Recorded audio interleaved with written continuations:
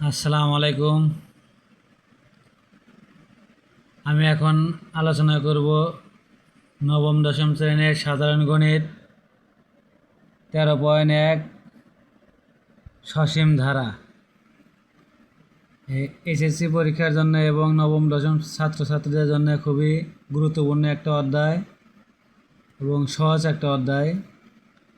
আমি আজকে থেকে শুরু করব যে সাধারণ গণিত ক্রমে ক্রমে সব অধ্যায় শুরু করব প্রিয় ছাত্রছাত্রীদের জন্য। উদাহরণ 2 নাম্বার। উদাহরণ 2 আমাদের অঙ্কে লেখা আছে 5 plus 8 plus 11 plus 14 plus dot dot ধারাটির কোন পথ 3, 8, 3। অর্থাৎ উদাহরণ 2 নম্বর অঙ্ক লেখা আছে 5 প্লাস 8 প্লাস 11 প্লাস 14 প্লাস ধারাটির কোন পদ 383। অর্থাৎ ধারাটির কোন পদ 383 কথা যখন উল্লেখ থাকবে তখন আমাদের বুঝতে হবে ধারাটির এনতম পদ 383। সমাধান।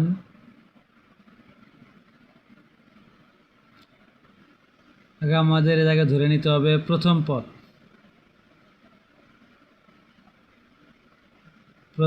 পদ a সমান 5।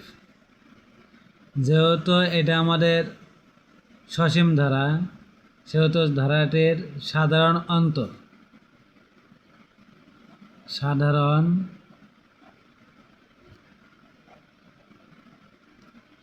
অন্তরকে আমরা ডি দ্বারা প্রকাশ করি। ডি সমান দ্বিতীয় পদ বিয়োগ প্রথম পদ, দ্বিতীয় পদ বিয়োগ প্রথম পদ সমান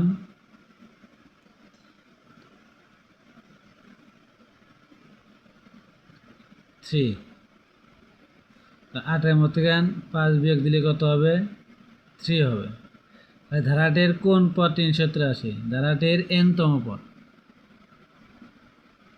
ধারাটির এনতম পদ সমান 383। সসীম ধারার এনতম পদের সূত্র হলো আমাদের a plus n minus 1 into D সমান 383। এর মান আমাদের এই জায়গায় আমাদের n এর মান বাই করতে হবে। এর মান হলো আমাদের 5 প্লাস n মাইনাস 1 ইন্টু ডির মান হলো 3 সমান হলো 383।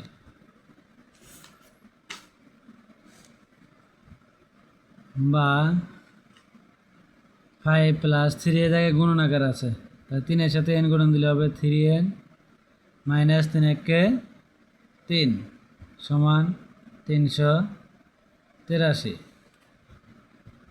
বা 5-এর মধ্যে 3 বিয়োগ দিলে পরে হবে 2 প্লাস 3n সমান 383। বা 3n সমান এই জায়গায় 2 যোগ আকারে আছে, ওই সাইডে কী হবে? বিয়োগ। 383 বিয়োগ 2। 3n সমান 383 মধ্যে 2 চলে গেলে 381। বা এ জায়গায় 3 গুণন আকারে আছে, এই সাইডে হবে ভাগ। n সমান 381 ভাগ কত? 3। অতএব n সমান 127। অর্থাৎ 381-কে 3 দ্বারা ভাগ করলে হয় 127। তাহলে ধারাটির কোনতম পদ 383? ধারাটির nতম পদ, অর্থাৎ ধারাটির 127তম পদ 383। আনসার।